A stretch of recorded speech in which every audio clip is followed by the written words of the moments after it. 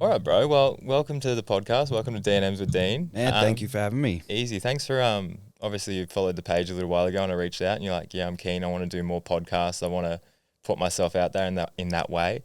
But I'm interested to know like why podcasting and why kind of this massive push to obviously be on heaps of them, because I see you popping up everywhere now. Yeah, so man, I've been releasing new music and got a new album coming out, and has just been really kind of analysing what the best way to promote it would be. And like I just said before, like we used to do promo days where anytime I was releasing music, I'd just be flown up to Sydney. I'd go back-to-back interviews all day for 2 days, but they'd just be on the radio, and they were also very surface level. There was no discussion there. It was like, you know, you go on them kind of real popular Nova stations where you just go on for 5 minutes and they ham it up with this voice that it's like a pretend voice they use on commercial radio and stuff. And you can feel it, hey? It doesn't feel natural. it's just fake. Yeah. It's really fake. And I get that's just the world that they're in, but there was no substance there. And I don't even think those days really did anything. I don't think that really made people go, oh, I'm going to go listen to his music and stuff. And fast forward to now, and podcasting is just, well, radio isn't the be-all and end-all when it comes to promoting music now. Like Spotify has taken over. TikTok is more important than radio now. And I think podcasting is just a great way for people to get to know artists on a deeper level, or anyone on a deeper level. It doesn't have to be artists, but specifically for me, promoting music and stuff like that, I think it's important to share my story. But I've been going really hard, man. Like I've done like,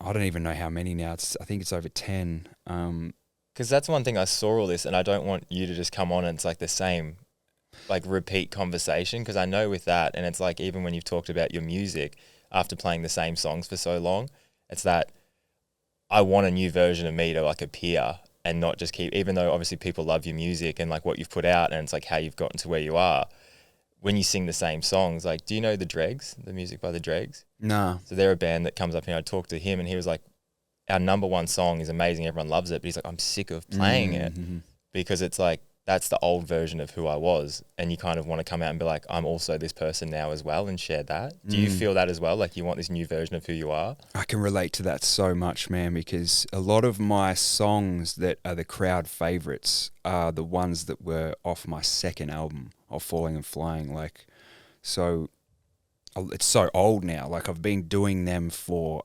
15 years or something like that. Like it's crazy. And there are other songs in there that they enjoy too, but if I don't have them in there, they don't. Well, it's not that they don't like it, but they're hoping that they're in there. So it can get a bit tiring, but I think when you've got everyone really singing along to every word, it still feels kind of awesome. But I definitely relate to the aspect of like, I'm so different now as a person. Like there's so many songs that I used to perform that I won't be performing now because they're just like, they're just not in alignment with who I am now. Like, how does it feel when you listen to them? I think they're great representations of where I was, you know. But there's so many where I'm glorifying like taking drugs and just being a loose unit and stuff. And I think it like it's interesting, man. I look back at that stuff and I think, you know, I thought I was clearly taking the piss. I thought people would see it as just lighthearted humor, but I had someone say, he was like, "Oh man, I'm real glad you've become Christian. When I was like 15 or something, your music was the reason me and my mates started taking drugs." And I was like, I heard that and I was just like, man, that was not the purpose of that, was to try and introduce people to drugs. It was just like I just make light of it, I guess, you know? But I think there's definitely a point, and this might sound bad, like going to a festival and doing drugs with your friends can be an amazing experience. And I think I hate when drugs get this umbrella of like, they're all bad, they're all terrible. if you do like MD at a festival with your friends and have the time of your life, that's seen the same as if you're shooting up heroin on the street. You know what I mean? There's there's layers to it, but I can see how coming back to you, I guess saying like looking like you're glorifying it because it is a good time. Yeah, I think it's very nuanced for sure, man. Like if I look back at my past, I wouldn't change anything about what I've done. Like I think the first time I really started dabbling and partying, that really for me and my friends, it was like it dropped the wall for us and gave us the ability to say I love you and like get open and deep with my friends, where that was never something I did before drugs. It was like before that we would never say things like I love you and have D&Ms and shit. It was just I don't know, it just wasn't a thing. And then when we started dabbling, it like opened our mind a lot more to that kind of stuff. It also opened opened my mind towards different genres of music and spirituality and stuff like that too, you know? So it's not all bad, but I think there's, just like anything, there's a balance. Yeah. I've got this, it's funny you say like open your mind. I've got this like analogy with, I feel certain drugs are like keys and you've got all these different rooms in your head where a certain drug will open that up. And if you've got a messy room, you're going to have a bad experience. So it's like if you actually look after yourself and clean your room, like by going to the gym, having good like friends, relationships with your family, that's you cleaning these rooms. So when you go to a festival and you take some MD or whatever you're taking, it's like, okay, my life's in order. I can enjoy this and tell my friend I love him and be more open and see that can go both ways and actually be a positive. Where people that take a drug and have a messy room, they're going to go in there and freak out and panic and go, fuck, why is all this happening? And then they wake up the next day and have a come down. And like it's this flow-on effect of trying to do a drug to get happy instead of being really happy and going, I want to be happier. More or less. Like there's a big difference between those two things. Did you feel that when you were like partying, when there was doing drugs to be happier and doing drugs to be happy? Yeah, see, when I first started doing it, was just, we were happy, we were loving life. It was just to make the experience even better. Yeah, exactly. Yeah. And then, but over time, when you let it get out of control, it became, okay, I've got to do this to escape that come down feeling. And man, there was times when like I would do acid or shrooms and have these profound experiences that felt like some sort of spiritual awakening, but then I'd have other times where I would absolutely lose it, like have a really bad experience to the point where I feel like it triggered anxiety in me. I don't think I got anxious before that. And I think it's a very delicate balancing act. You know, you got to be especially with the psychedelic stuff, got to be really careful. Like if you've got stuff, like you said, if you've got stuff going on upstairs that you're not addressing and then you're taking that kind of thing, it can really bring it all out. Yeah, it amplifies it all. Did you feel like when you had those experiences, your room wasn't clean? Like you had other shit going on? Oh yeah, bro. Yeah, for sure. Like it was, yeah. I thought it was just going to be a wild experience, and then suddenly it's like being shown a reel of all the horrible stuff in your life and just feeling the weight of all of it at once. Yeah. Ugh. But in a way, I think it sort of snapped me out of my own head and made me go, wow, I need to get my stuff together. Yeah. Was it a positive outcome from seeing it and then going, I need to change this because this isn't what I want to be? The first really bad experience was not a positive outcome. It messed me up. I couldn't look people in the eye for a few months. Like I was just a wreck after that. I felt so debilitated, but then I had an experience where I did it again and it sort of fixed that. It was bizarre, but... At what point is this all happening? Like what's this in like the storyline of... That is a bit blurry. I feel like it was probably early 20s. Is this like before or after fame or coming up or? Probably coming up, I think. Yeah. Maybe even just in the early days. I can't remember, to be honest. I'm probably getting it wrong. Yeah, but you're trying to process all this stuff that's happening and then you've got that on top of it where you're like, fuck, are people watching me? Are people looking at me? Do I look at them? Like, where am I at? How famous am I now? Like, you know, that feeling. Did you feel that? Like, as you kind of got fame, that like, did that make you feel different because you were kind of known? Big time, man. Like, that was a huge aspect of, like I always thought being famous would be awesome when I was younger. I was like, yeah, that'll be so sick. That'll make me happy. And then you get it for a week and it's fun. But then it's like everywhere you go, you have constantly got this feeling like someone's watching you. It's like almost a paranoia, but it's like a reasonable paranoia. Like it's not like you're delusional because it's happened so much in the past, and it makes you always on guard. Like you're always just making sure you're on your best behavior, and like you're not going to pick your nose or like do something like that. You're always just conscious that someone might be looking, and that never goes away. Yeah, you're always on. Yeah, I felt that even like being an athlete and not known to the point that you were, but in certain scenarios when like a random person at the airport will come up and be like, oh, hey bro, like I know you from this. And it's like, you get that a few times, not that often, but enough to go, I can't fuck up or I can't do something stupid, which is kind of a good thing in a way because you don't want to, but you also don't want to think about that all the time. Yeah, man. You don't want to be on all the time. I reckon anyone who's experienced it, even just in a small way, like I think there's always a spectrum to it, but like I never experienced it in the sense of like someone like Kylie Minogue who would get paparazzi everywhere she goes or something like that. But even just a minuscule amount is enough to kind of really drill it into you that, you know, there's always someone watching. Yeah. Yeah, you only have your experience of that thing. You're a level of fame. With your song, you like The Price of Fame. What do you think fame cost you in a negative way? Besides obviously what we just spoke about then.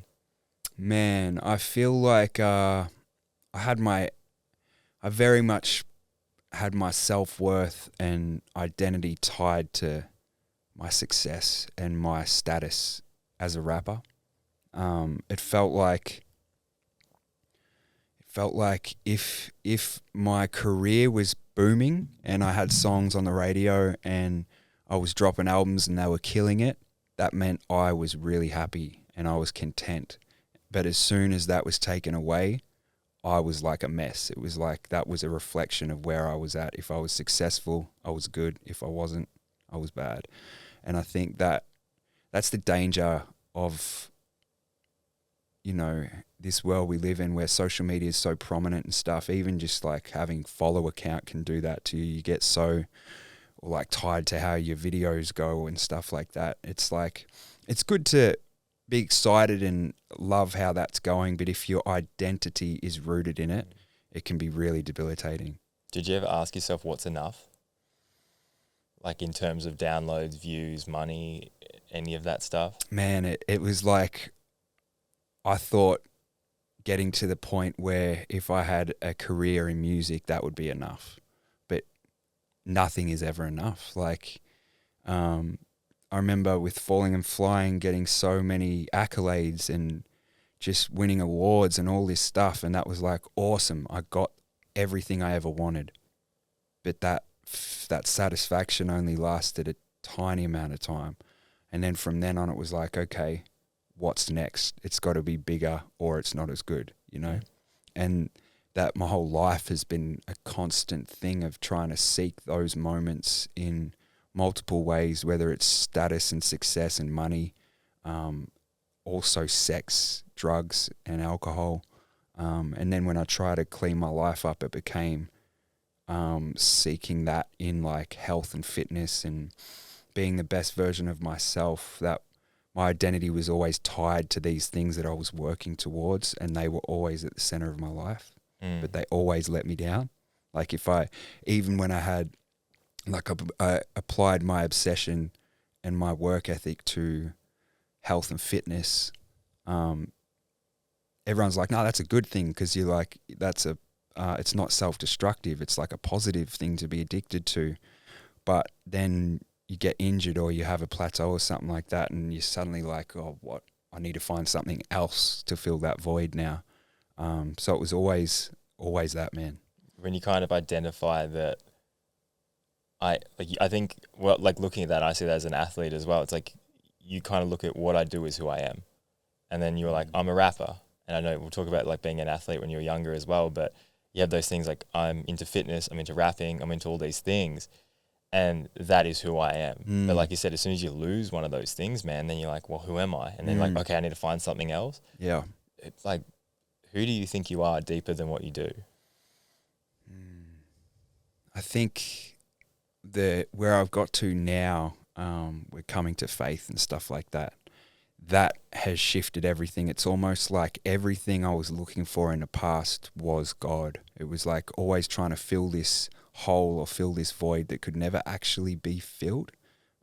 Everything was just fleeting and temporary, and then finding God and really going deep with it, and like the surrender aspect of it, and giving everything to God and just being like, okay, He's first, and that is the center. He's the center of my life, and my identity is in Jesus now.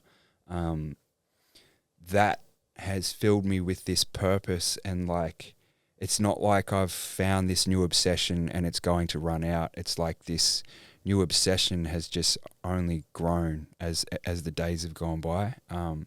Every day it gets bigger, and it just gives me this zeal for life, and it's been so transformative as well, man. Like, it's wild. Could you pull this down just like a tiny little bit? Yeah, perfect. I see your face a bit better. True. With that, did you get like pushback for like, because obviously rapper coming up, this person partying, all this stuff, and then to do a 360 or 180. Yeah. And then go, all right, now I found Christ, and this is actually getting me feel. How was the like pushback for that? Man, there was a lot. Yeah. It was very hostile, you know. With who? Like, who mainly? I don't know, people that were just following me and stuff. Like, it was very interesting, man. Like, I shared the whole journey on my stories on my Instagram. So I was like wrestling with it for, I reckon, probably the last year or so. And I was always like very critical of it, and I was sharing that on my stories. But then it like got to this point where I was like, I'm actually starting to believe this stuff. Like, I was very resistant to it in the past too. Like, if anyone ever brought up Jesus or sin or God or anything like that, I would immediately put a wall up and just not want to hear about it. So I understand it. But when I started sharing, okay, I'm actually believing this stuff, I think this is the truth. I remember just looking at my follower count and just dropped thousands, like, instantly. And I don't usually check my DMs. Like, I might check DMs if I know someone, but I usually just leave it. But I was like, let's see what people are saying in regards to this stuff, and had a look, and I was like, I shouldn't have done that, man. You know, like, people were just hurling abuse about it. And it's interesting, man. I used to be very similar. I thought if you were a born again Christian and you lived your life for Jesus, I thought it was kind of cultish, and I didn't like it. But now I've gotten to the point where I actually understand why people make it their whole personality, and it becomes everything to them, you know? Do you find as well, like, it's given you like this identity of like, because I said at the start of this, like, why are you doing the podcast, and obviously promote the album, and I see that as well, but do you think the other big part of it is the fact that you've kind of became this new person, and you really want to show that and kind of just be like, this is me now, instead of seeing like an Instagram post or something like that? Like, you can show a deeper version of yourself and be like, this is who I am, like it or not, at least you can kind of see who I am without just looking at a photo or a little snippet. Yeah, very much. I definitely want people to know what's happened. It's interesting, man. Like, I used to be afraid of being disliked. I used to seek other people's approval so much over the years and over the course of my life. It kind of destroyed me. And to get to now where, like, you become Christian, and like, I feel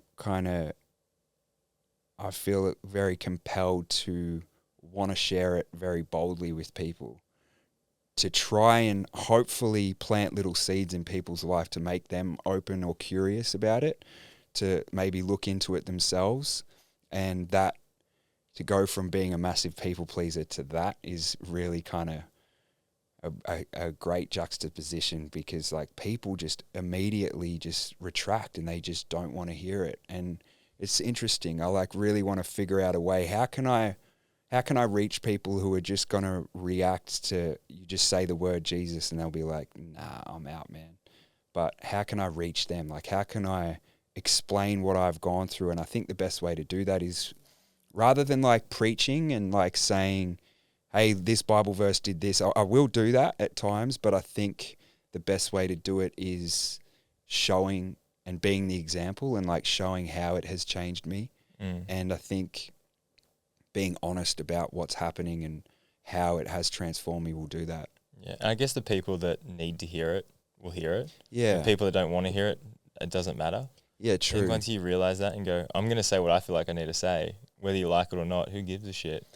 Yeah, I used to wish I was like that as well. Yeah. Like I spent my whole life when I was sort of launched into the spotlight of Falling and Flying, I remember I used to just say whatever I thought. I didn't really care what people thought. Was very much was like, whatever. If you don't like me, that's cool. And then I remember saying something on some TV show, and it was quite political, and it got this huge amount of backlash. And that, I remember getting kind of targeted about it, and really, really like made me think, oh, I can't do this anymore. I started like becoming a people pleaser through that time, more so than I already was. And then I started like in interviews, and anytime I was on TV or doing something, if anyone asked me a tough question, instead of just saying what I thought, I was dancing around it. I was being diplomatic and politically correct and just saying what people wanted to hear rather than actually how I felt. And that, over the course of my adult life, got to the point where I lost sight of who I was, and was like, man, I've been giving this kind of dance and talking like a seasoned politician, which I absolutely hate. I hate that. It's a tricky spot for you because you're going to, no matter what you say, being a rapper in Australia, there's going to be judgment from people, no matter how PG it is. So it's like you have to build this personal brand, also being yourself, but also not like stepping on toes so you don't get cancelled from like, the radio or going on TV or stuff like that to promote yourself. So you're like this weird limbo of like, fuck authority, but also get me on the radio and get me on the TV. Yeah, I became consumed by it, by like, all right, I have to navigate it and just do this by the book and be politically correct. But I think the reason my career went so big in the first place was because I didn't care about that initially. I was just saying what I thought and just being me. Yeah, you're genuine. Yeah, and that's what people want. People want that authenticity. So I've like been spending probably the last 5 years like really getting rid of that habit and trying to conquer that people pleasing and get to the point where I'm just saying what I believe again. And it was very difficult, man. It was like I had to almost put training wheels on and learn how to do it and go slowly and just dip my toes in the water and gradually say things I believe. And then now it's gotten to the point, especially when finding faith, that has been a huge pivotal shift where it's like I no longer care if people don't approve, because there's so many things that come with Christianity and I guess the commandments and stuff like that, and that is going to really upset a lot of people if you stand by it and you proclaim that as the truth. Yeah.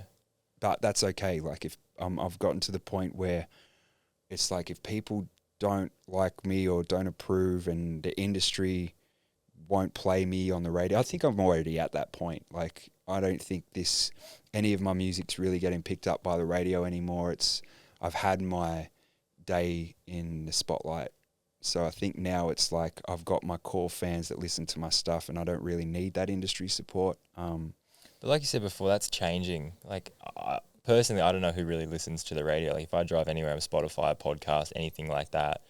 So it's like, how long until that gets just more and more phased out? So true, man. And I don't know anyone who does either. I actually would love to know what the actual demographic of people who listen to the radio is, because like I find it boring, man. Like you have to listen to ads. And if you've just got Spotify, it's just like bang.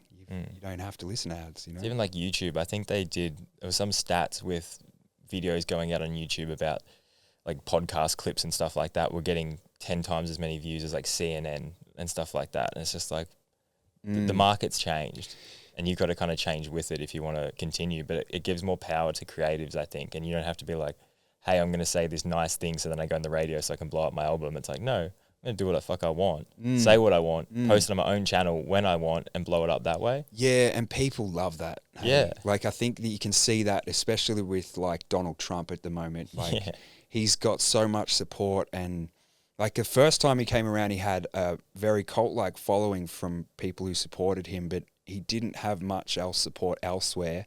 And then this time around, it's like, it's almost become acceptable to support Trump and accept him, because I believe that people are just so over the political correct crap that's going on. Yeah. Like, people want that authenticity, and he might be a pretty crass, like, outspoken guy, but he just says what he thinks, and that's kind of refreshing, you know? I think the world just went too far one way, and now it's kind of coming back to the center. Yeah. With all, like, people competing in women's sports as men, and, like, schools and all this other stuff that went on. Then it's just like, everyone's like, this has gone too far. Yeah. Like, you need to kind of come back a little bit and just use common sense to a certain point. Yeah, that stuff's crazy, man. Like, the women's sports thing is, I've never seen, like, a community shoot themselves in the foot by pushing something like that. Like, I think that that's only harmed their cause and made everyone go, what are you guys even doing? This is not acceptable, you know? Yeah. And only the people in that world are like, no, this is totally fine. Everyone else is like, this is batshit insane to actually think this is okay. It's bizarre, like, and there needs to be conversation around it too. For so long, a lot of that stuff has just been, you know, I think there's a lot of mollycoddling going on, because, you know, a lot of those people can be quite unwell, and people don't want to hurt them, and that's fair. You don't want to hurt them. They need to be treated with love and compassion, but at the same time, they also need to be told the truth and not just be given free rein to just do whatever. Yeah. You know? Yeah, you kind of pull it back and actually, like you said, do it in a way that's caring, but also say what needs to be said. Yeah, like, don't let it go. I think that's it. People are being nice to them instead of being kind. Like, and there's a huge difference in that. Like, if you're a really good person and not just a nice person, like, nice people let people get away with whatever they want. Where if you actually do love someone, you'll hold them to a higher standard. Yeah. You'll tell them the truth, and it might seem like judgment. It might seem like condemnation almost, but it's better to tell the truth. Yeah, I heard, what is it? A harsh truth is better than a nice lie. Yeah, man, that's a bar. Put in the next album. I want to know as well, where did 360 come from? Man, so Like, this is welcome to the podcast, Matt. This is a interesting story. It's not a great one, man. Like, I wish I had, like, some answer that was like, you know, 360 degrees, go around the world and global takeover, tap into everything, you know. You can just make that up. That's fine. Yeah. Clip that. We're good. Yeah. I was when I was first started rapping, my name was Casper, because I was a white rapper. I was like, and it was spelt Kaspah. And then I had a name called Many Styles, and this was about 14 years old or something. And I was on a rap battle forum where you would go on there and you would rap battle people, but you just type it out. And literal keyboard warrior. Yeah, it was like they should have just been keyboard warrior, bro. They called it key styling instead of freestyling, you know. And and you're just there smashing keys after school. Well, that's the thing. I was stealing lyrics from, like, I think there was a rap group called Helter Skelter, and I'm pretty sure I used some Nas lyrics as well, and I just put them as my own, and I was like, this a win, and I got banned because of that. They found me out. I got banned, and then my friend who had an account on there, he was like, I've got an account here but it was 360. And it was spelt really weird. It was like 3SICCXT. And he said, you can use that if you want. And I was like, yeah, sick. And then I used that, and then that just stuck. So that's the story. So Nas pretty much named you. Yeah, 100%. Yeah, I got my name by jacking other people's lyrics. That's perfect. And I was because I heard in the podcast you talked about when you were coming up, like Eminem was a big inspiration for you.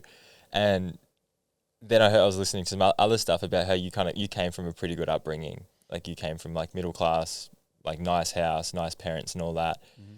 And I want to lead that into obviously seeing how Eminem came up, and he was like trailer park, life's tough, Did you feel like that was hard for you to be like, well, how am I going to make it as this like underground rap battle person when I've actually got a good life? Like, was there a bit of chip on your shoulder with that? Yeah, I started trying to be something I wasn't, man. Yeah. So like I went through that, bro. I went through that for a long time, from probably the age of 15 to 18, I reckon. I was like shaving my head. I was dressing like a scumbag and acting like a scumbag, you know, like being acting as if I was from the streets, you know.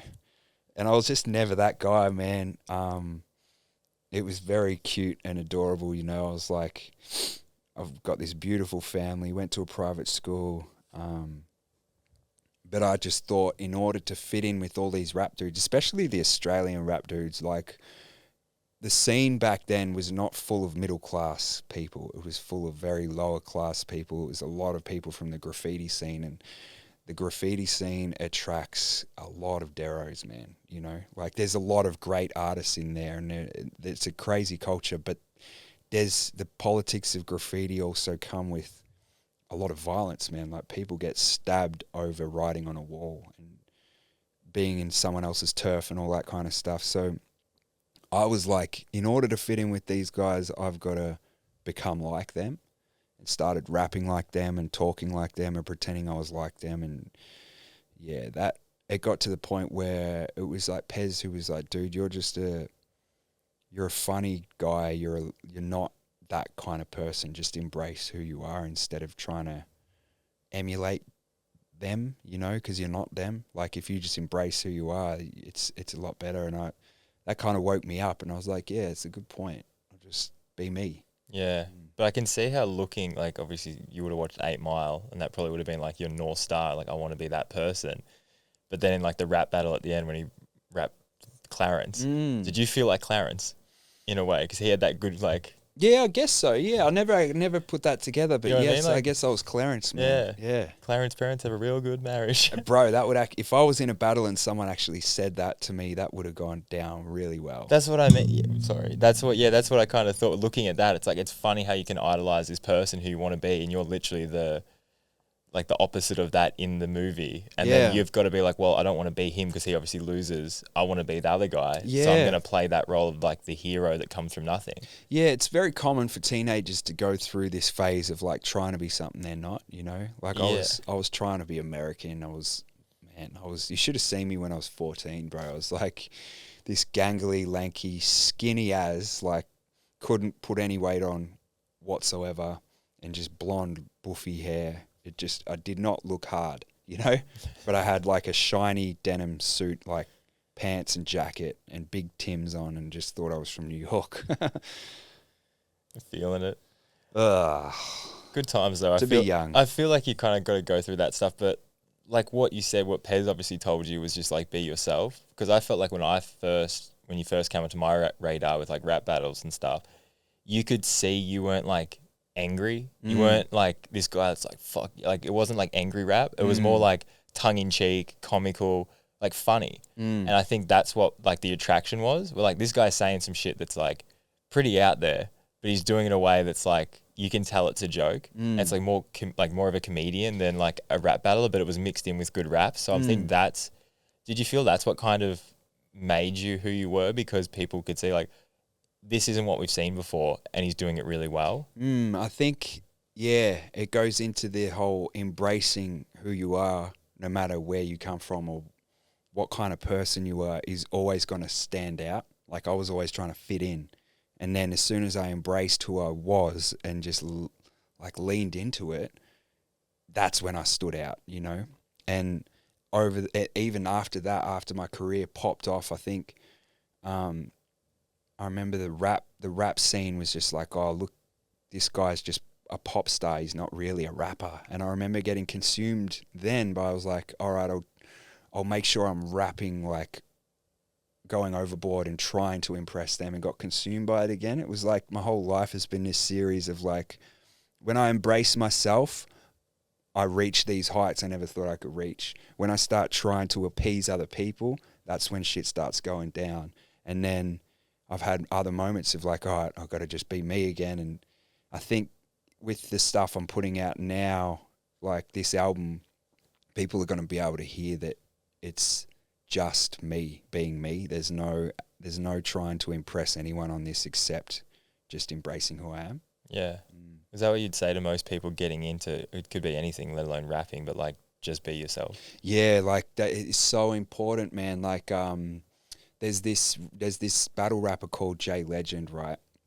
And I remember when he was so talented, so awesome, but he was trying to be something he wasn't, because he was like, actually one of the most fascinating dudes, because he's like got long blonde hair. People think he's gay because he's so feminine, but he was trying to portray himself as not that. And I was like, dude, just embrace the gayness, man. Like, just lean into it. He's not gay, mind you. He's got a wife and kids.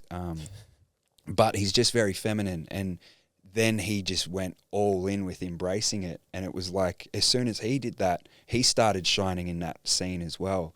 And I think it's just like, if you come along in the rap world and you're just say some nerd with glasses and you don't fit in and you try and fit in, people are going to see that. But if you just embrace the nerd aspect, you're going to be something totally original, you know? Mm-hmm. You see that happen all the time when people come in that don't really fit the mold and then suddenly they pop off. Like, do you know Little Dicky? Yeah. Like him. He just came out of nowhere and was just himself, and that's a testament to that.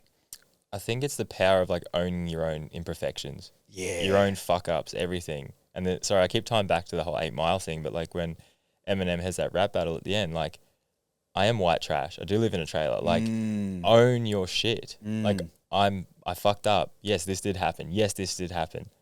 People want to see like a raw version of who you are and what you've gone through. If you come and try and hide all this shit, you're like, who are you? So I think it's a good point. Yeah, if you can just come up and just be like, this is me.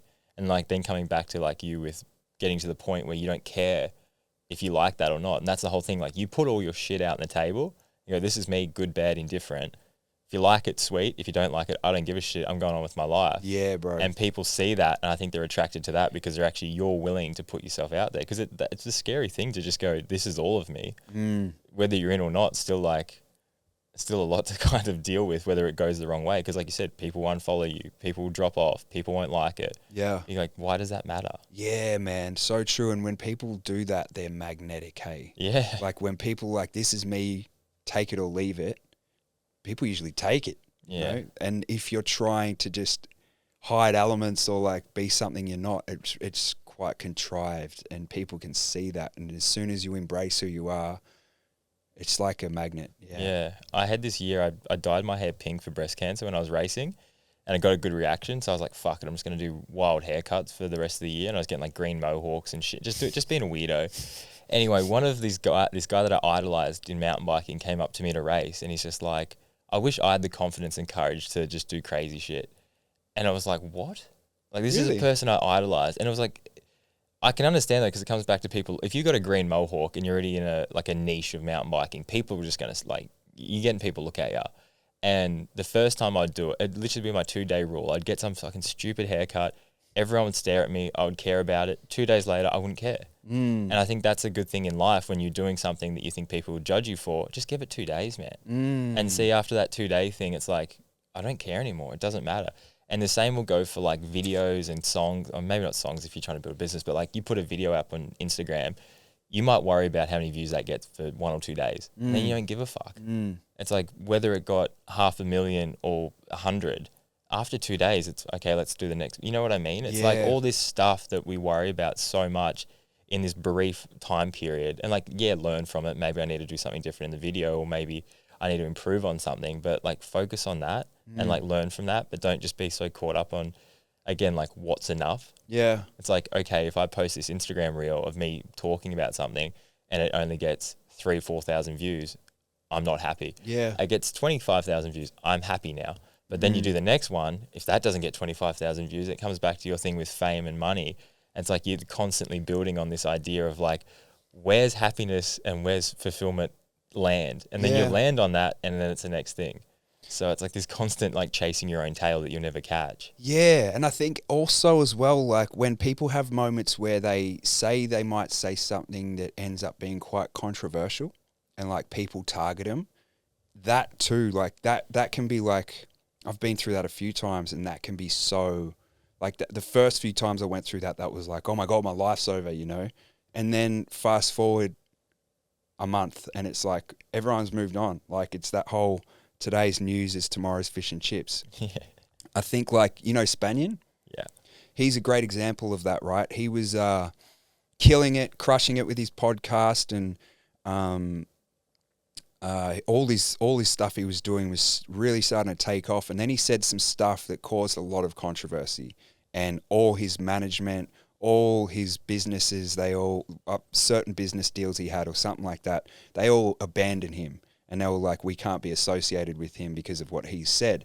And I remember him putting up a video being like, you guys think this is the end for me? This is literally just the beginning. Like, I'm going to be bigger and better than I've ever been.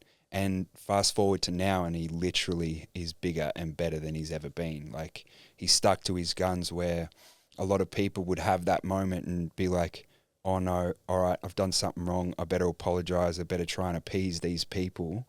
And then it would have just got swallowed in it, you know? But he was just like, I'm doing me. Mm. And it worked. He was like, it's like you get rewarded for standing by it, you know? Yeah, owning it. 'Cause I guess that's that scary part about putting yourself out there and being authentically you, because people be like, nah, not it. And then it's pretty harsh when you put out who you believe you are and people shit on it. At least if you're put a mask on, people are like, you're this or that. You're like, well, it's not really me because I'm wearing a mask. So it's like that little wall of protection between your actual identity. True. So it's like, take that down, you're kind of a bit more vulnerable to like cop stuff. But yeah, it is. The comments can be brutal, man. oh, it's fucked. Like, I remember copping it a lot and being like, taking it real personally. But these days I've been able to separate from it a lot, you know? You can't buy into it, what people are saying. Like, otherwise you're just looking for it, and then it's like confirming something in your subconscious that you are a piece of shit or something, you know? Yeah. I heard Pharrell said, he's like, don't take it personal, just take care of it.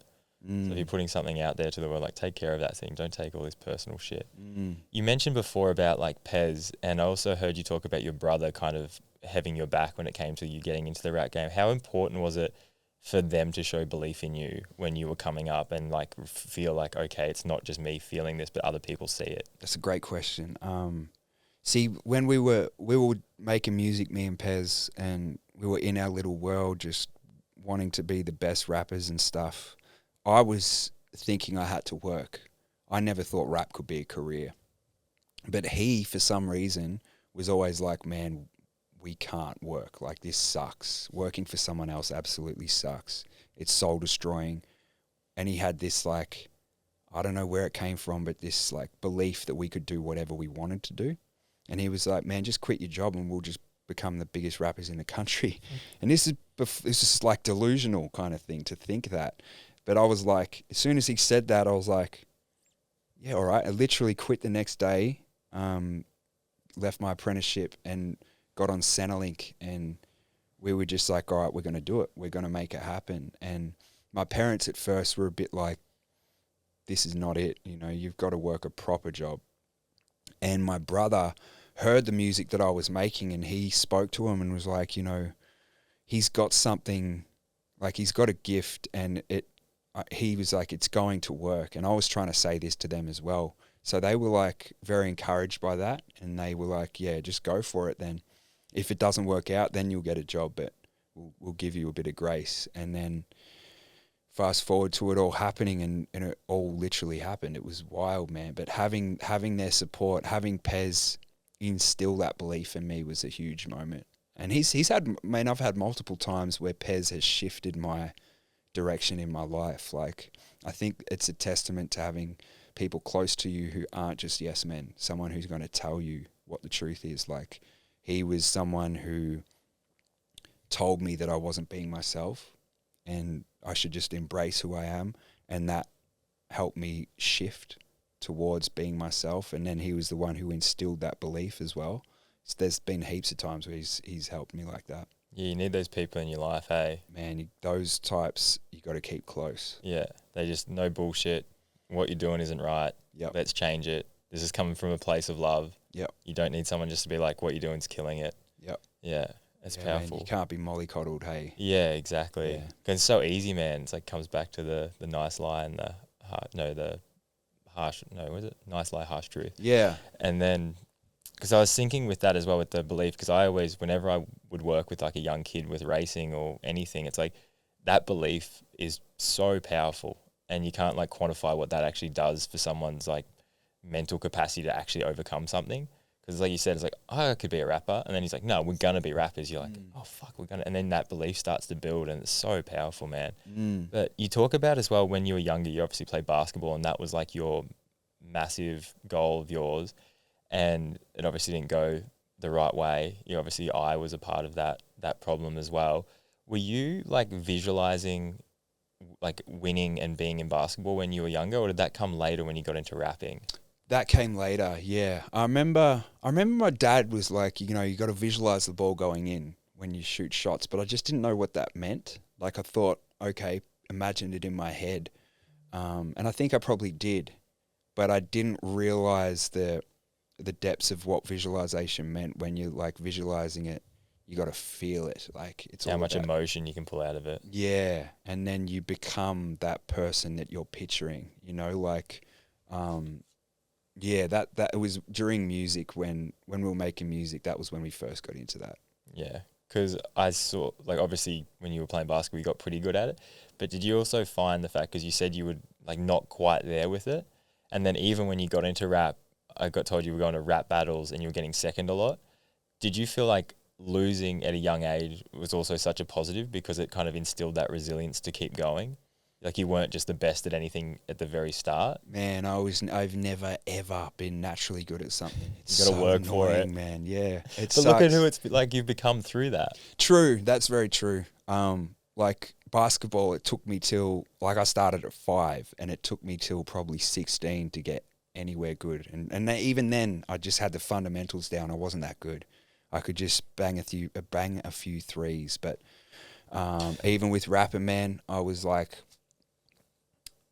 That took me so long. Like I literally feel like this album that I'm putting out now is the first time I've felt like an established rapper. I feel like if you listen to Falling and Flying or any of my albums, you can hear so many flaws in what I'm doing. Maybe that's just me being critical of the art, but it's always been something I've had to work at. Whereas like Pez, he's natural at sports. Like he can pick up like a cricket bat or anything, and without having practiced in years, he'll just smash it and just kill it. And I've never been like that. I've always have to train every single day, and my dad instilled that work ethic in me from a young age, which was one of the things I'm most grateful for. Like him teaching me that if you love something, you give it all or nothing. And I've literally applied that probably to everything in my life, even negative things like drugs and stuff. Yeah, just all in. Always all in. If I love doing it, I'm all in, and I love doing that stuff. So it was all about focusing it on healthy stuff. And yeah. I think that's wild. You said this is the first album you feel like an established artist. How many like gold, what do you call like platinum records, platinum gold records, ARIA awards? How many would you have? Oh man, I've got, I think maybe 11 or 12 or something like that. There's a whole wall in my studio just covered in gold and platinum records and stuff. It was wild. And this is, now you feel like an established artist. Yeah, genuinely. Like if I listen to the way I used to rap on Falling and Flying, I can hear like, man, I'm struggling with the delivery. Like I'm struggling with the flow. I'm always rapping in the same pocket. I feel like for me, I was so lyrics driven that all the time I was reading off paper. Even when I was recording on a beat, I'd be reading it, and that really affects your flow. And on this album, I would go and I would record everything at my house and do like a real rough demo. I'd listen to the songs until I learnt them off by heart, and then I went in to record them properly without reading them, and I noticed the difference that made. It was like the flow came out so much more naturally, and my voice was like, I wasn't trying to over pronounce words. I wasn't trying to shout or anything like that. I think if you actually, like, man, even if you listen to my first album, like listen to my first one called What You See Is What You Get, it's so cringe, man. It's like I'm shouting, like trying to get my point across to make, I had no vocal control or anything like that. You're just going for it. Yeah, just going for it, man. But I think it shows. Do you think that's a part of why people kind of like, you know, when you look at something in like that shit, but that's because you've overanalyzed it and it's yourself. But then to the generation of people that listen to it, we're probably just like, it's like, why is it bad? It's like you look at it like because of these things that like what's perfect and what do you like? But then you almost look back and like, I liked it because it was kind of like grungy or didn't came out like perfect, or what your perception of perfect is. True. I think that rawness is probably, people like that. Yeah. For sure. But it's like, I listen to a lot of, like if I was to listen to Kendrick Lamar, I don't think I've ever heard him not sound polished, you know? And I don't think I've heard him have like obvious flaws like I think my music has. You know, it's really interesting. But I think that there can be balance too. Like there are moments where you can leave in, like, say you're rapping and you run out of breath, but the way you deliver the line has the emotion in it. I would leave something like that in because I feel like it's more about the feeling rather than getting it perfect. Yeah. Yeah, I'd still leave things like that in. It's funny you say that because even with the podcast, when I first started, I thought that like silence was like the worst possible thing you could have on a podcast. And then you realize that silence builds emotion, and certain silence or certain moments of like, you don't just have to fill it with words. You can actually put thought into the answer or the question or whatever it may be.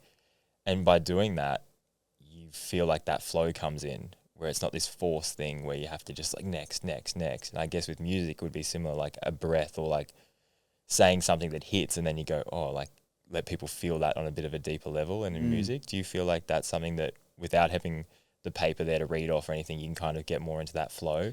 Yeah, for sure. Having those little moments that you'd think maybe I should cut that out or maybe I should fix that.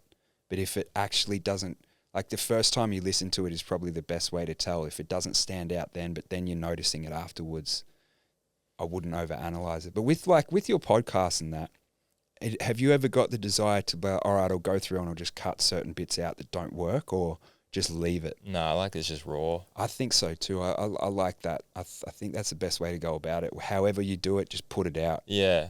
I think it's better. It's just easier. I think once you start cutting and changing things, you can kind of change the view of what the person might be, because you cut. Obviously, if someone says something like, "Oh, actually, I don't want to put that out there for whatever reason," I'll cut it out. But if it's just raw, I think it's a lot easier to just digest and be like, "That's who that person is." And it's like, we try and alter our lives so much. Like Instagram's this highlight reel, and we can cut and post things and do all this stuff. It's like it's not. And like we said, authenticity and rawness is something that's missed in the world. So I think if you do a podcast where someone listens to it and I'm like, fuck, they're like just being honest and open, people are more attracted to that. So yeah, I don't try and cut it down and fuck with it. I love that, man. I think that's really important because you can get real meticulous and be like, all right, let's edit this out or edit the ums and ahs and stuff like that. But I think it's just better just run with it. Yeah. Yeah, be authentic. I was going to say, what was the come up like when you got that momentum behind you? Because I guess I look at someone like Mac Miller and how he's come up from like high school kid, getting to rapping, and you can see he's being him. And again, that authenticity that people are attracted to. And I guess I saw that with you as well. Like, how was that coming up? And I know you talked about with visualization and the festival song and the video you brought out with it, and then being on stage and you're saying Pez was like, this is what I saw. Like, we've created what I saw. Like, how was that feeling, that whole process of creating that and coming up? Man, it was very like, it was very much like we had this delusional belief that we could do it. And then when we got it, it was like, oh, we actually we did believe it. Like, it actually did happen. And it was really mind blowing. It was like this confirmation that, oh, if we actually set our mind to something and work really, really hard and don't really have a plan B, you know, just plan A, you can actually do anything. And yeah, I think you can apply that to literally anything.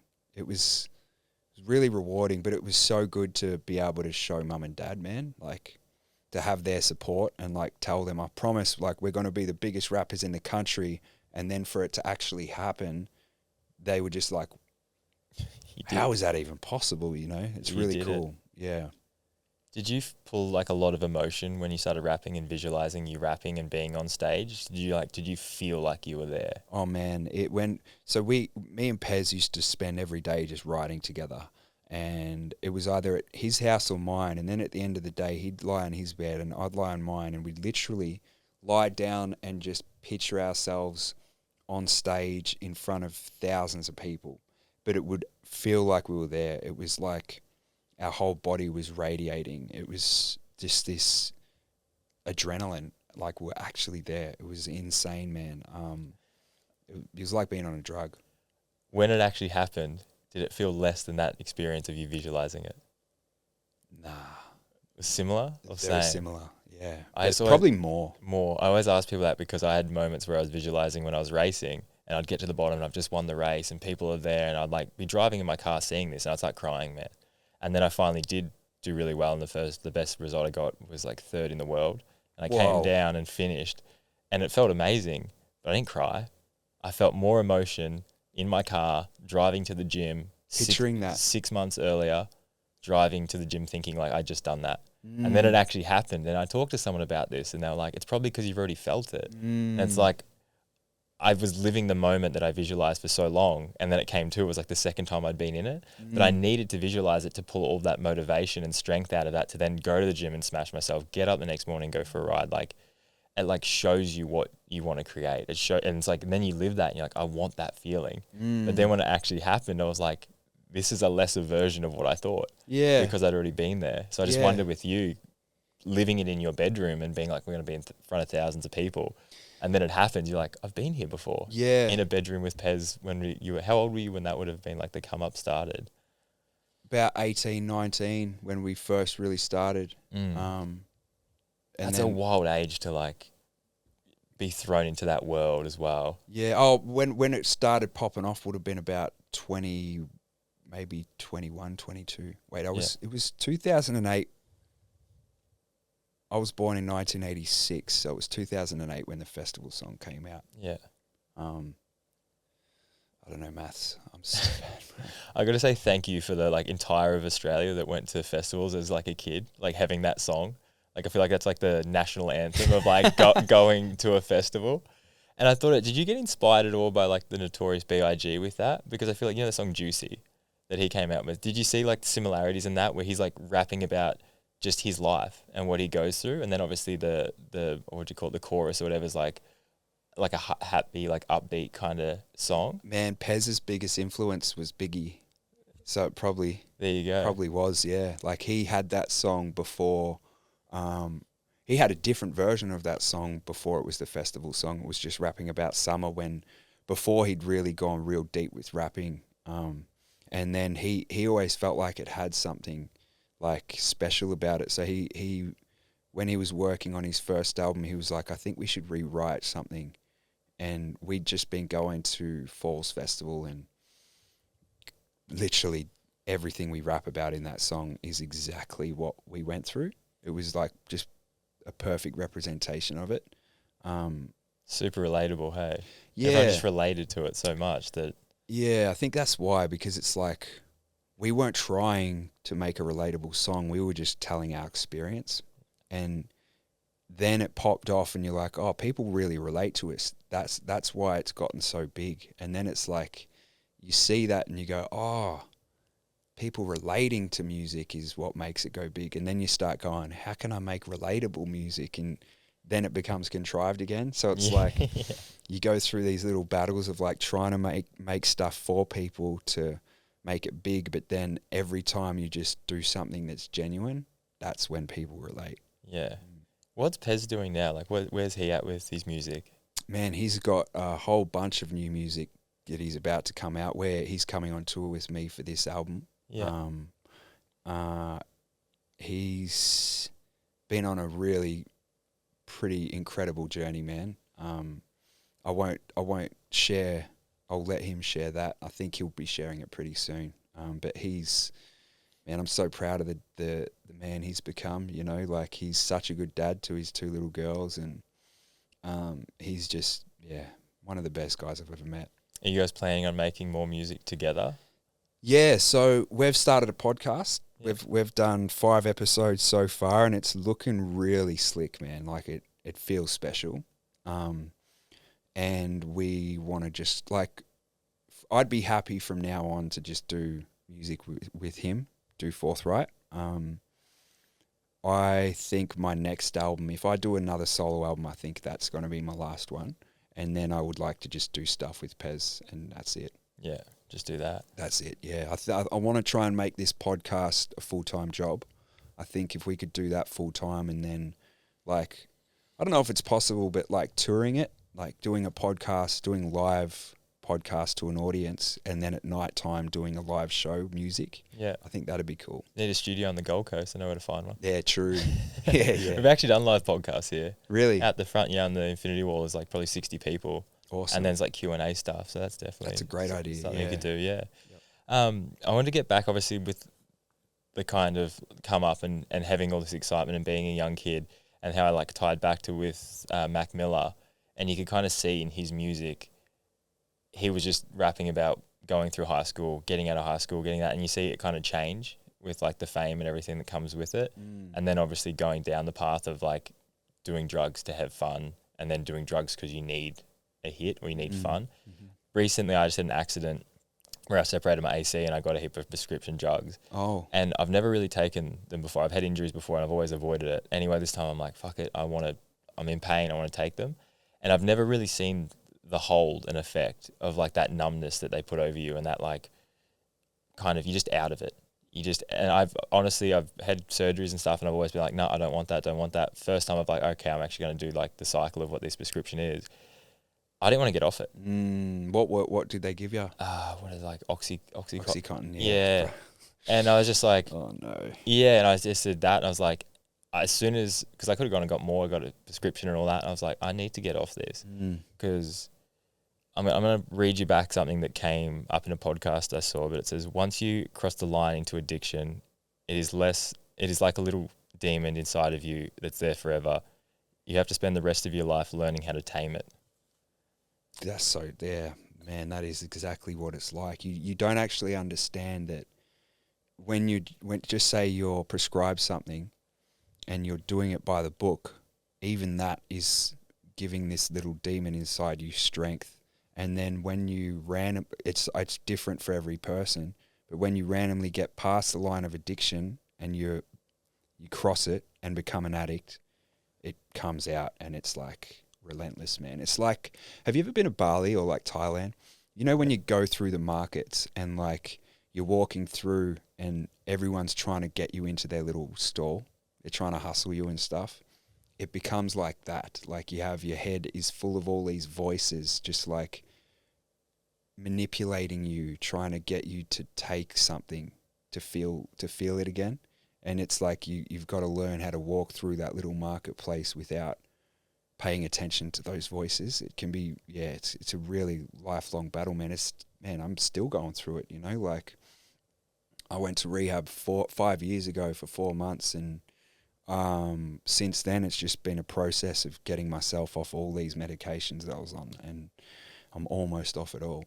Because I feel like you don't ever beat something like this. Like people are always talking about like beating it or getting over it. I'm like, no, you just keep maintaining where you're at. You got to manage it. Yeah. How do you manage it? Like you said, it's always there. Did you think you got addicted to it? No, not addicted, but I could see it. Yeah. Because I've always had this thing, if I feel like I need it, there's like this red flag goes up, or like I'm like, no, out. Oh, that's smart, man. And I've, like with injuries and stuff through my career, you can definitely see the want to lean into prescription drugs and certain drugs and do that.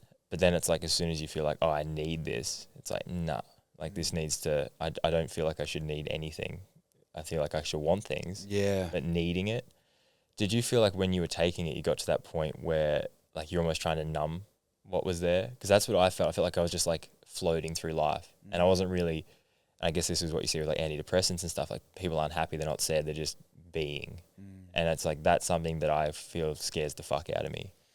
Man, I like we said earlier, it was like at the start, it was like making good times better. There was no escape element to it. And then it was like out of nowhere, suddenly I was addicted. And then when I was trying to stop, the feeling of trying to stop and going through the withdrawals was so bad. It was like, it's the worst feeling in the world, man. It's so hard to explain, But feeling that was just like, oh, nah, I'm not feeling this. So that's when it became an escape and trying to numb it. And that just over the years takes so many different forms. And yeah, and all the medications that I was on, it was like I was like prescribed like mood stabilizers and antipsychotics and antidepressants, but I'd been diagnosed with bipolar and depression and all this stuff. But I've never had, I guarantee you, like, this is not just denial or anything. I've never been bipolar. I was just on drugs. Like, I don't think you can actually diagnose someone who's in active addiction. Like, because of course I'm going to have moments where I feel I'm seem manic because I'm high. And then I have extreme lows because I'm not high. It's like the natural order of going through addiction. And when I got out of rehab, I was like, I don't need any of this stuff. Like, why am I on this shit? And getting off all that. That was actually quite seamless, but it's the stuff like Valium and that it was hard to really get off, you know? That is hard to get off. I'm still not off that. But close. You want to be off everything. I want everything, man. I won't say that I'm sober until I'm off everything. Yeah. What would you say to someone in that point? Like, what's the best way to try and start cutting that out? Or what's the best plan of attack to get out of that? Like someone in active addiction? Yeah. The real, one of the most important things is to be honest and just tell someone. Like, I hid it from everyone, which really hurt me and made things a lot worse. Like, I think my life would have been a lot cruisier, easier to handle if I had have just told people what was happening. But I just didn't want to be a burden. I didn't want people to see me as being. There was a lot of shame there, being weak and all that. So I just hid it. But yeah, that's a big aspect of it. But also, I think you've got to make the decision yourself. Like, there was so long where I was just like happy to manipulate myself over and over.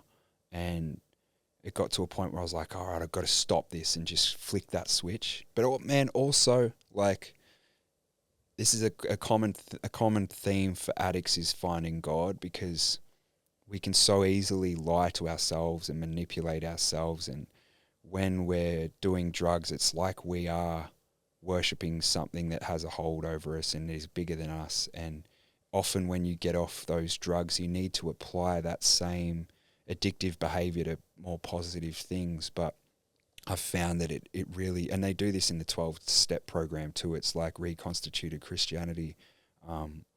It's the same sort of thing. It's like, instead of putting it into healthy stuff, just put it into God. And ever since I've done that, it's been this, like, it's streamlined the process of me getting off all these medications. Like, I was using cannabis because it was prescribed and justified that in my head.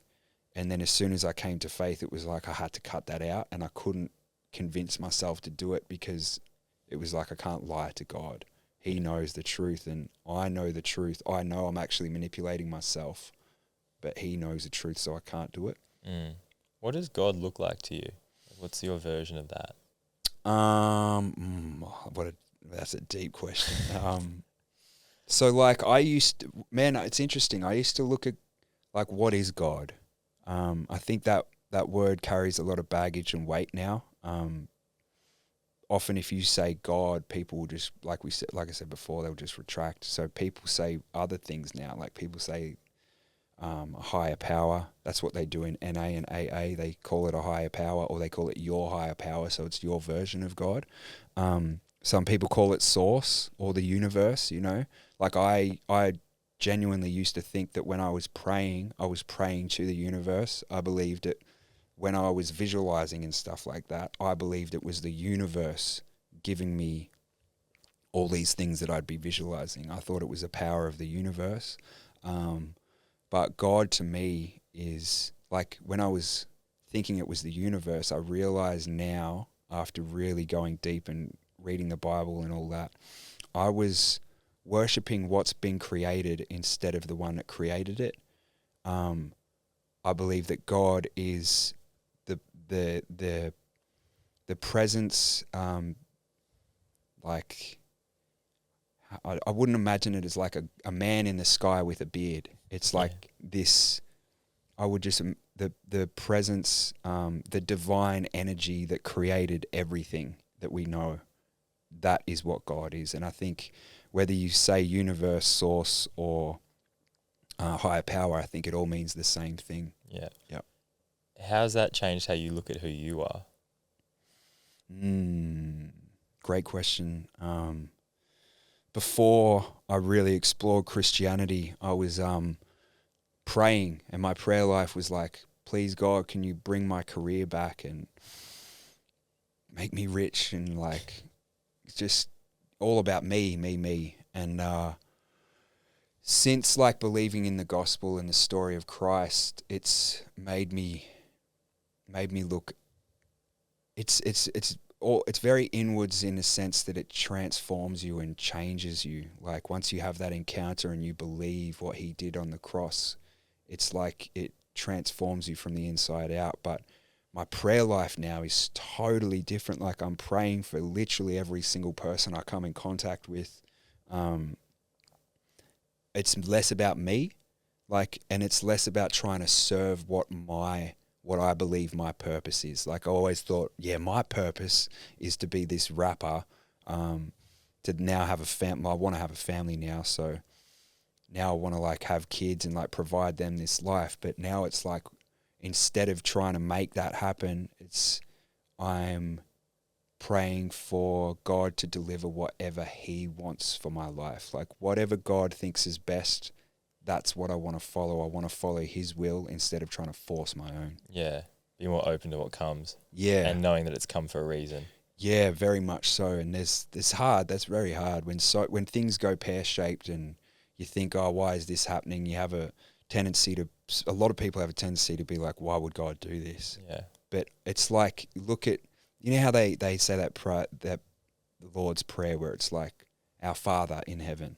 Like you think of God as like a father and think of us as like his children. But instead of seeing us as like adults, like we're like toddlers. Like if you think about how genius and wise and intelligent God is compared to us, we would be like animals. Like often in the Bible, it refers to us as being sheep and Christ is our shepherd, and sheep are stupid, man. You know, they get lost all the time. Yeah. And a father often has to let his little kids, his toddlers, experience pain and experience hurt because it's the only way they can learn, or it's a way to refine their character.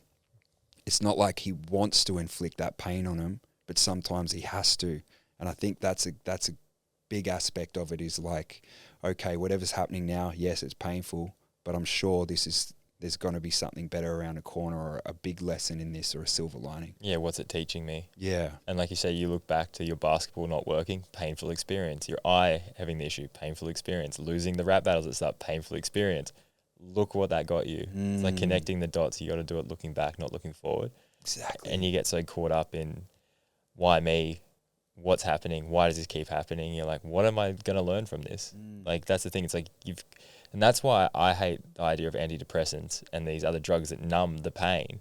Because like, man, pain's got so much to teach you if you actually feel it. And like, why did this happen? And we're so quick to blame something else or someone else or all this other shit that happens, or take drugs to mask it.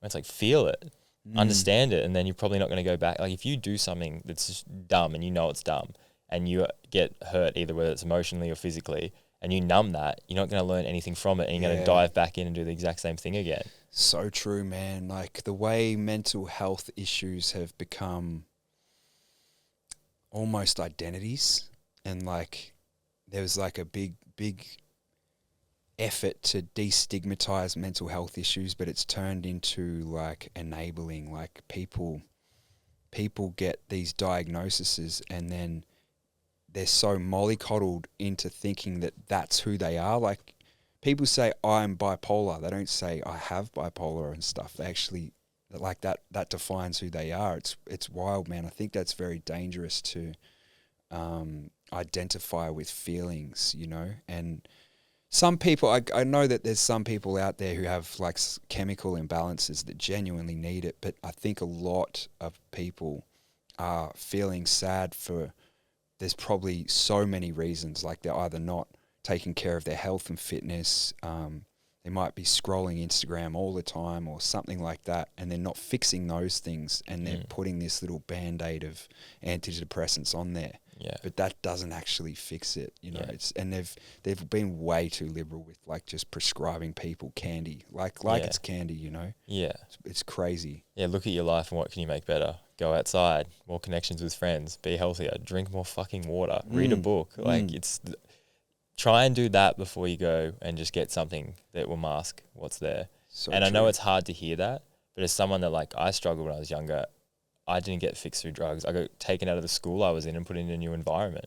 Like your environment is going to be the biggest thing that you can change and make better. Yeah. It's like, okay, maybe I can't move my house. Maybe I've got to be here in a shitty apartment somewhere. Like go meet new people, join a run club, go swimming at the beach. Like there's things that you can do and put in place before you go, okay, I'm going to go to the chemist and get drugs. Yeah. And then hide myself away. Yeah, man. So, but yeah, it's hard to say that because it's like, you know, that there's people out there that are struggling. Like I looked at some stats this morning. 9 people die every day in Australia from suicide. Whoa. And 75% of those are male. That's 3,000 people a year. Oh, 75. That's huge, man. So living in a culture now where that many people die every day, self-inflicted. Yeah, and I think, like, I can see it with people I know where they live quite withdrawn lives, you know, and they're not happy, but like you just said, they're not seeing people. They're literally at home all the time, or they're not getting any sun or anything like that. If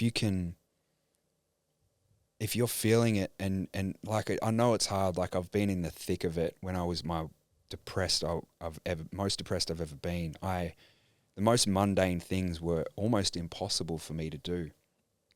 But I don't know what it was. There was a moment where I was just like, all right, I need to start implementing these things gradually. And now that I'm like actively getting sun every single day, I've built community, I've got a whole bunch of friends, that it changes everything. Yeah, like, compounds. Yeah. Before, when I was just withdrawn and isolated and shut out the whole world, I was miserable. But understandably, like, you're made to connect with people, and that lack of connection leads to really dark places. And I think that's obviously like why we live in a culture now, and it's been like proven that like obviously men and women, like women, when it comes to depression, they focus more on career driven stuff and they put energy into that, where males will lock themselves away, start vaping, watch porn, like run down this path of like poor me, more or less. And then like I was looking at stats the other day, it's like more women own their own homes, more like single women. They're going to university more. They're getting more high-paid jobs. Whoa. And then men are, more addicted to porn, more addicted to vaping, smoking, all these statistics. I think like 1 in 5, some stupid thing like, I don't know, it's like 1 in 5 people can't name that they've got like a best friend, or can't say they have more than like 3 best friends or something. It's like everyone's so isolated now. That's scary. And I think hopefully coming off of like what you're saying and doing with your music, it's like you can kind of be that beacon to like young men that are struggling right now, that are going through shit. And it's like, get up, get out there and live your fucking life. Yeah. Like take some action. Yeah. And like it does get better. Like I always just say, but like keep going, it gets better. No matter what hard situation I've been through, it's always gotten better. No matter how low it's been, it's always gotten better. Yes. If you put the energy and effort in to That's make it better. Like no one's going to come save you and be like, I'm going to fix all your fucking problems, everything's going to be fine. It's like, no, you need to get off your ass and actually go and do it. Yeah, no one is literally coming. Yeah, no one's to coming. pull you out. Like, oh man, I remember, I feel like when I was at my worst, it was like I was waiting for someone to just rip me out of it. And then it had just had to be me. I had to actually flick that switch and be like, all right, I'm changing things now. And it was a long process and a long battle to get past that, especially when you're like fat and overweight. Like I was 120 kilos and miserable, would barely shower, was hardly brushing my teeth and stuff like that. And then I was like, I know I've got to go to the gym. I remember how good I felt when I would eat healthy and go to the gym, but I just couldn't do it. I had no motivation. But then I was like, found some advice that said, just do 1 push-up a day. Commit to doing 1 push-up a day. Then when you're down there, do 20.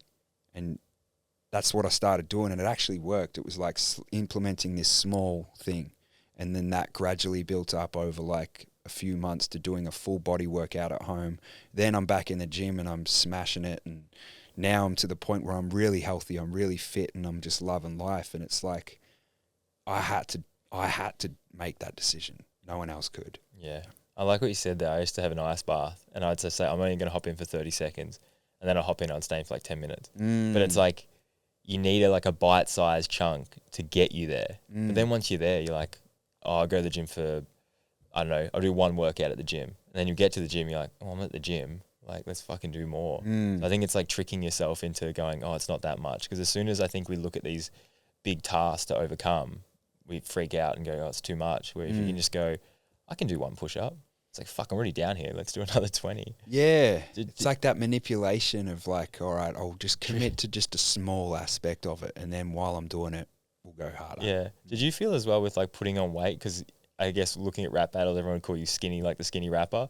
Was there a part of that where you're like, I don't want to be the skinny rapper anymore? Oh, when I was young, I was super self-conscious. Like in high school, I was so skinny, man, and I couldn't put on weight, but I was barely eating. Like I didn't understand calories and all that. I think if I understood how to do it now, I would have been able to do it. But I hated it, man. Like I've got a song called I Hope You Don't Mind, and I rap about that. I rap about how people would often point out that I'm skinny, and it really pissed me off. Like, because I would never point out if someone's fat to their face unless I was like really close to them and thought, "You come on, mate, sort your stuff out." Yeah. But yeah, I was super self-conscious of that, and then I thought I wanted to put on weight. That definitely was a thought, but then when you get there, it's like, oh no, It's too much. yeah, I don't like this. Yeah. You're getting titties and that. How did that go in the rap battles? Because obviously they got thrown at you a fair bit when it was just like you're a skinny rapper or stuff like that. Did like that affect you a lot in the moment, or we just kind of like brush it off? Oh, I think in battle rap, you're ready for that. You're Yeah, like I was ready for everything, so I was like, okay, what are they going to say? And they're always going to call me like a junkie and all this kind of stuff. So I was sort of ready for it. It never made me go, how dare you? You know what I mean? Which is, man, there's been a few punch-ons in the battle rap world. Yeah.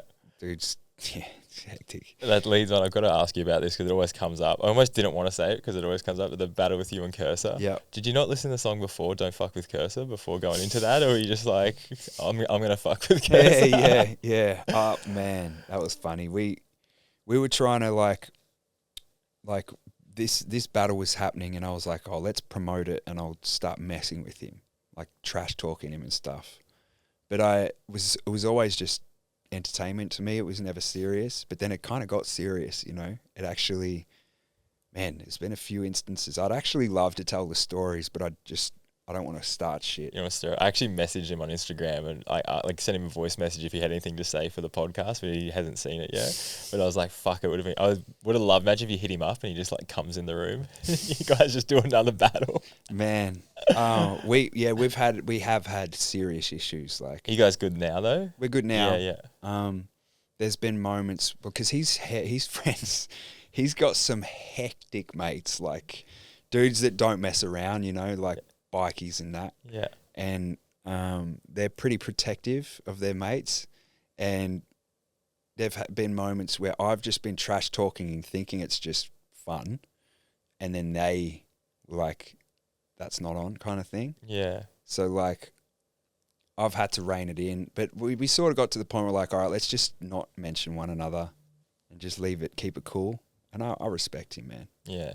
Yeah, like you're saying what he's done, but it's just funny that complete opposite side of like, I guess coming back from you like Eminem, Clarence, like he seemed like more from the streets in a way. Yeah. And then you being more like that, Yeah. I don't know, polished private schoolboy kind of thing, and then going. It was the war of two worlds, eh? Yeah. Yeah. He was the street gutter dude, and I was that dude kind of making radio pop songs and stuff like that. And it became like two scenes versus one another. The other rap battle though, the one you did with Justice. And who are you? Madness and the Saurus? Yeah. Yeah, that I reckon that was almost better in the you guys both nailed that. Like everyone in that rap battle, like that was such a good. That was so good, man. Such a good back and forth. I recorded this little thing. I want to play it, and it wasn't actually you rapping, but I reckon this is this his rebuttal? Yeah, bro. If I feel like this is going to be a viral clip, if you clip this up right. But but somehow you look like even less of a youngin'. So I'm guessing the Justice government name is Benjamin Button. I am Benjamin Button with the cycle that I'm aging, so when I'm 50, I'll fuck your daughter at her high school graduation. Oh man, that bro, being involved in that and then seeing that happen was like, I'm so happy, you know, like that was a classic moment, a timeless moment. He was, man, I was still friends with him, nicest guy and such a lovely person, but he was so talented with rapping. Like he could freestyle so well, man. And he was just an animal.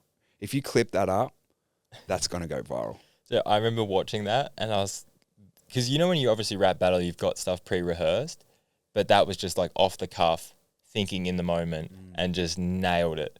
Like fucking nailed it. Even I saw when you rapped against Cursor, you know, had that like fast flow, like, and then you copied that.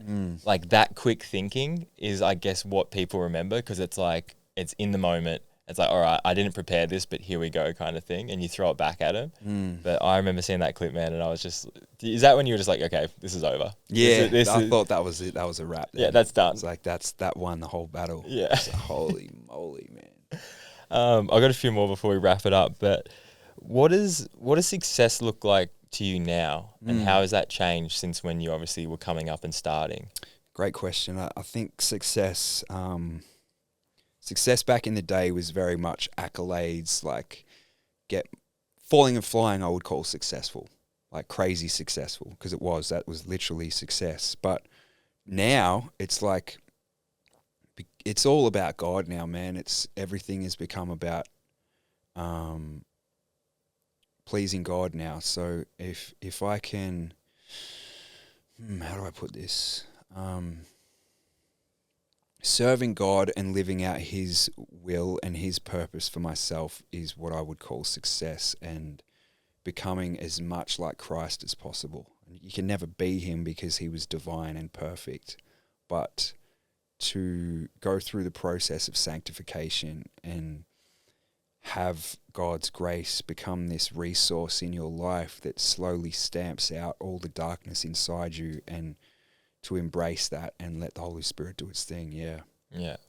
And you talked about earlier about you want a family and kids. Are you seeing anyone at the moment? No, I'm not seeing anyone, man.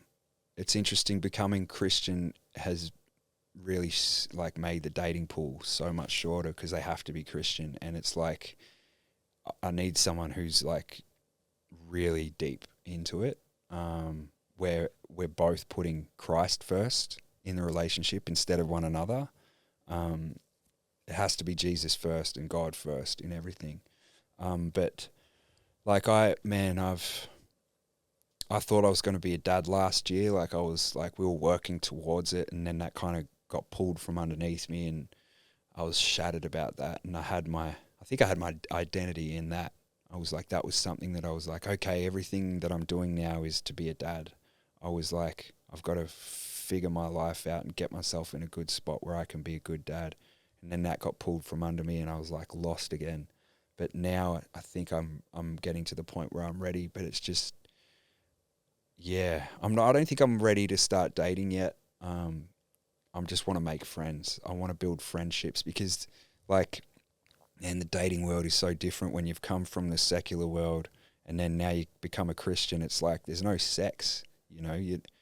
Lusting after someone is considered a sin, and it's like, how do you not lust after your partner or like someone you're dating? So building a relationship without any sex involved is going to be, I think, actually beautiful. Like every relationship I've been in, the sex has probably been the cornerstone of the relationship. And especially in this society that we're in with hookup culture and all that, it's a big aspect of what's going on, and it becomes the most important part of a relationship. But if you can take that element away and still want to hang around with someone all the time, they're more like a best friend that you're wildly attracted to. And also dating with the intention, what I've noticed in the Christian world is everyone who is dating with the intention to get married and hopefully have kids. And it's not just dating just because, all right, we'll see how this goes, you know. And there's a lot of that going on where it's like, It's convenient. yeah, it's a reason not to be lonely. People look for other people to fix their issues and stuff like that. But if you're both on the same page spiritually, putting God first and working in a relationship to make one another like as Christ-like as possible, then you're both working towards the same thing. And you're not going to marry someone if you can't see yourself being with them forever. How was that why you were actually on tour and stuff and trying to maintain a relationship through that? Was that hard? Like when you, or if you were seeing people or like that, like trying to live that lifestyle of fame and touring and rapping and then trying to maintain like an actual relationship? It's interesting, man. I've been wild with, when it comes to sex, I've been like, it's become an addiction so many times in my life, but only when I'm single, you know. When I'm in a relationship, I don't know where this comes from, but I've never cheated on anyone, and I don't think I ever could. I'm just so loyal to whoever I'm with that it's not an option. So yeah, everyone that I've been with has really found it. Oh, except some, they've found it really easy because they trust me when I'm on tour. But I've been in a few where it's been like going on tour and they're like just calling nonstop, like, "What are you doing?" and that. But yeah, dating in the past has been interesting, but now it's totally different. Yeah. Well, yeah. I think like you said that it's a smaller pool, but the right ones would be almost easy to find. That's it. It's like, these are my non-negotiables. Sweet. These are mine. Sweet. Yeah. Like you cut out all like, I cut out a lot of shit. yeah, man. It's like, this is what I need. This is what I want. Sweet. Same. Okay, let's try. Yeah. And I also don't know how to meet people. Like I do, but it's like, I think church is a good way to do it, but it's not about that. And if you start going to church to meet women, it's for the wrong reasons. Yeah. But there's like the dating world, man. Like I've been on dating apps and that, and I got banned from Hinge because for impersonating a celebrity. Like someone reported me as impersonating myself.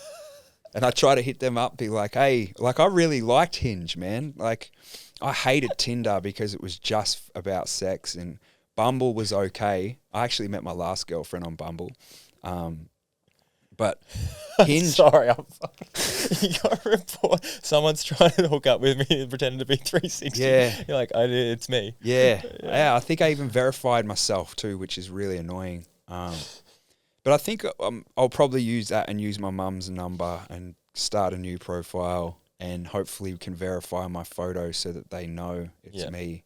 But I'll do that again, and then, you know, I think you can be on there and you can select certain traits that they have to have or something, so it'll always all be Christian. But yeah, it'll be interesting to see when that happens, man. I'm 38 now too, so it's like I woke up quite late out of my addiction and darkness and was like, wow, I'm old now, nearly 40, and I'm only just turning into a man, really. I've only just really matured and started taking accountability and being responsible for myself, and then realizing, wow, I actually think I want to be a dad. And I'm very lucky in the sense that men don't have the body clock like women do. Like, I know a lot of chicks who have reached their mid-30s after going through a similar life where they're going partying and stuff, and then they hit 35 and they're like, all I really want is to be a mum. And they're like, time's running out, and they just feel that clock ticking. Yeah. It's really brutal. Do you want to find someone that doesn't kind of know who you are? It's interesting. I used to think that. I was very much like, if anyone knew who I was, to me that would be a deterrent. I'd be like, they're not interested in me. But I think it's difficult to navigate like that. Just because they know me doesn't necessarily mean they're just going to be with me for that. And I think often it will be, but it becomes quite clear. Like if you're hanging out with someone and then they get to know the real you, and it's like suddenly they realize, oh, it's not this fantasy that I thought it was. That's happened a fair bit. You know? But man, it's going to be interesting. I'm looking forward to it. I'm looking forward to being a dad too. Like, but I'll be one of the older ones, you know. Like I'll probably have my first one when I'm maybe 40. Yeah. Be wise though. Yeah. lived a life. Yeah. Have you got kids? No. Do you want kids? Eventually, yeah. How old are you, man? 29. 29. Oh, you got ages. Yeah. Yeah, sick. Are you got a missus? Not currently, no. No, I got fucked up with love when I was younger, and it's always been a thing going on. Just traumatized. I never good track record. Yeah, right. You seen the movie Good Luck Chuck? Nah. So a guy, like, he sleeps with women, then the next person they meet, they get married and have kids with. Nah. So I'm Chuck. Right. So I've had this, like, it's become a bit of a running joke, but yeah. Or, like, pretty much past girlfriends and people I've seen, they always, like, seem to find love after me. So I'm like, sweet. But anyway, right. we'll find it. It's out there. We'll keep trying. Yeah. I got a few more questions. We'll wrap it up. No rush, man. But outside of obviously Christ and that path, who inspires you now?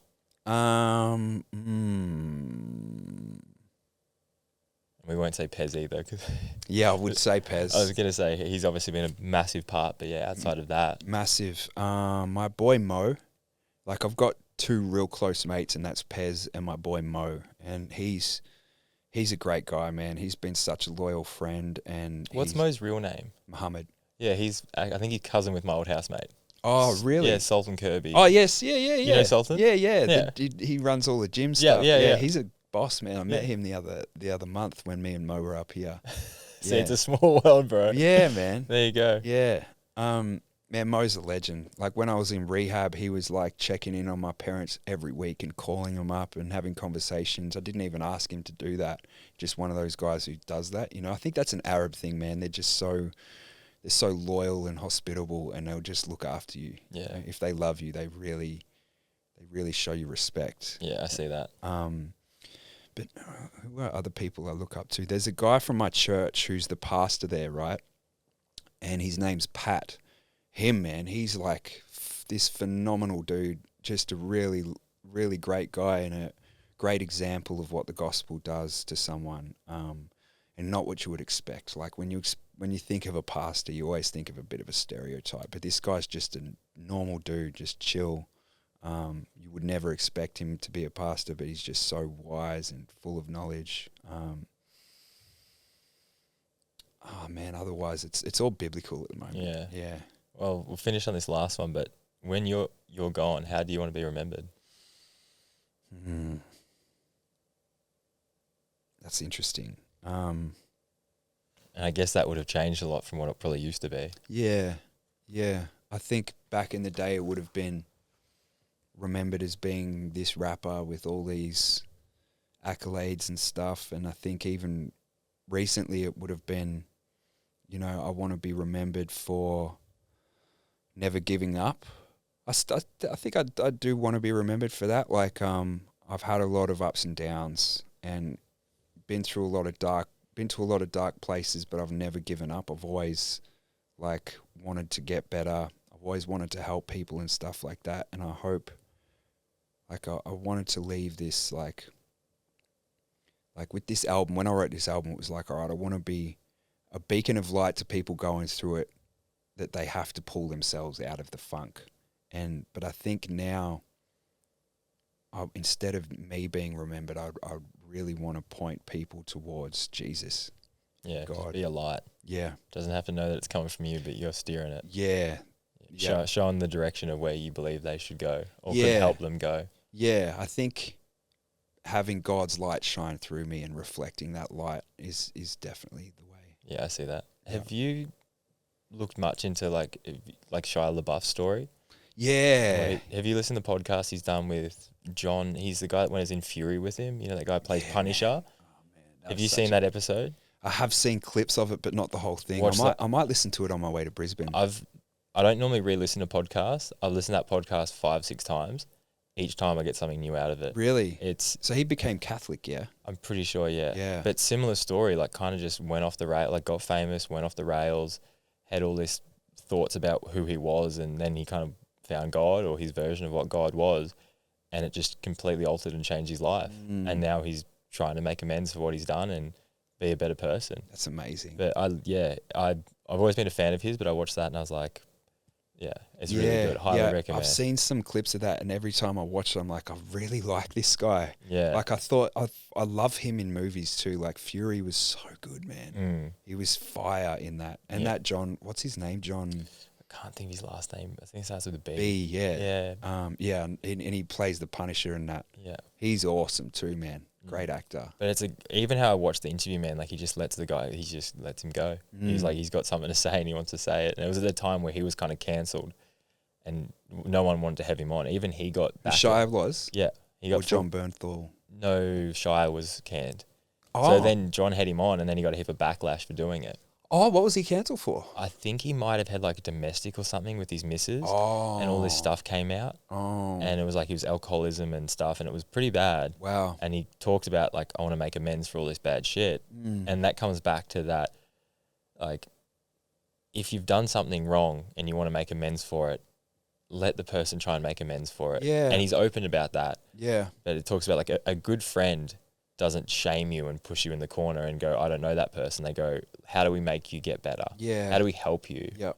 And I think that's what he was trying to do. And that's how I saw it. But I think a lot of people saw it as like, why are you giving that guy any kind of platform? Yeah, that's a big thing that happens now is if someone messes up in a bad way, it's like hang them out to dry forever. Don't ever give them a chance to get better, which is just, I think that's really wrong, you know? Like if you just hang someone out to dry for doing something wrong, and never want them to get better, then it is more likely to push them towards being bad forever. Yeah. You know? Like, I think it's a testament to God's grace too. Like, you can do anything. You can mess up so badly. Like, I lived my life in blatant rebellion to everything God holds dear. And then as soon as I was ready to accept him into my life, he embraced me.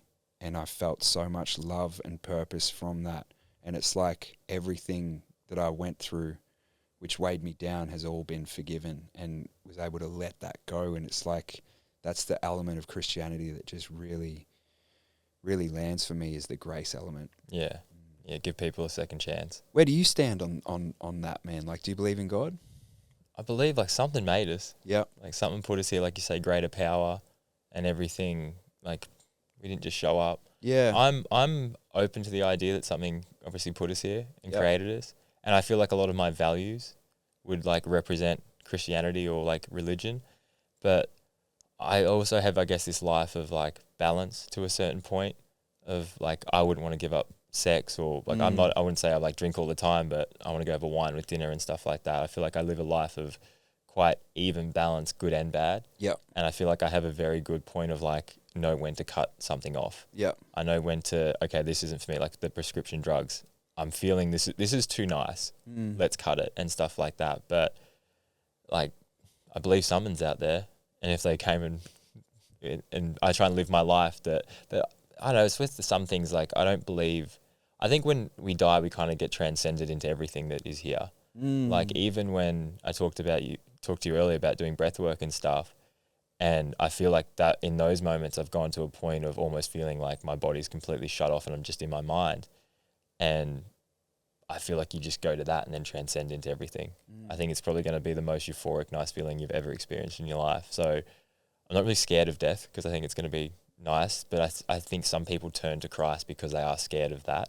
And it's like, I don't want to turn to something because I'm scared of something. Out of fear, yeah. No, I totally agree with that. You need to do it out of love. Yeah. Yeah. If you ever become curious or like feel like you want to explore it, hit me up, man. Yeah. Yeah. No, I'm down.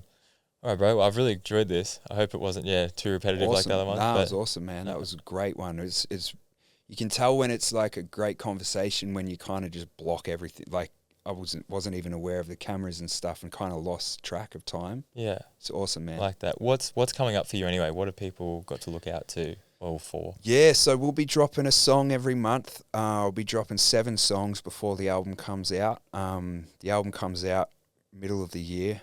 And then I'll be touring it as soon as it drops. I'll be doing a Capital Cities tour with Pez, and I don't know if I'm even meant to have said that. I can cut that. Nah, it's all good. I think it should be fine. But also the Forthright podcast, like I feel like, man, it feels really special. There's just something to it that I feel like if we keep going and go hard with that, we could turn it into something really great.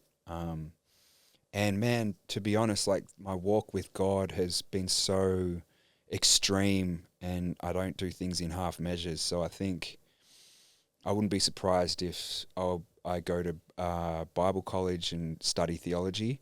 I think I want to,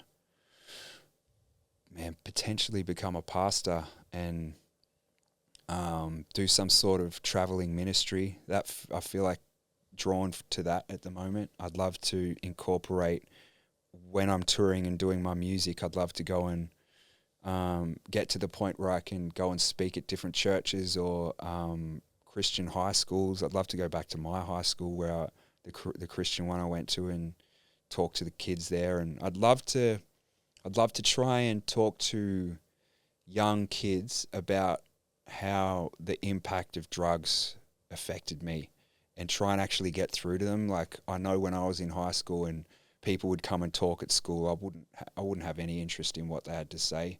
And I'd like to try and figure out a way of delivering the message to them so that they actually hear it, and also to talk about God to them as well. Like, I feel like it's probably the most crucial question you can ask, and just to explore. It's so vital. Well, you're qualified. I think you get someone coming and speak at a school. I'm like, you've never been a rock star. You've never been a partier. You've never been in it. Yeah. Like, how you gonna listen to someone? It's like, you don't know what that life's like. You're like, no, I've been there. I felt it. I've done it.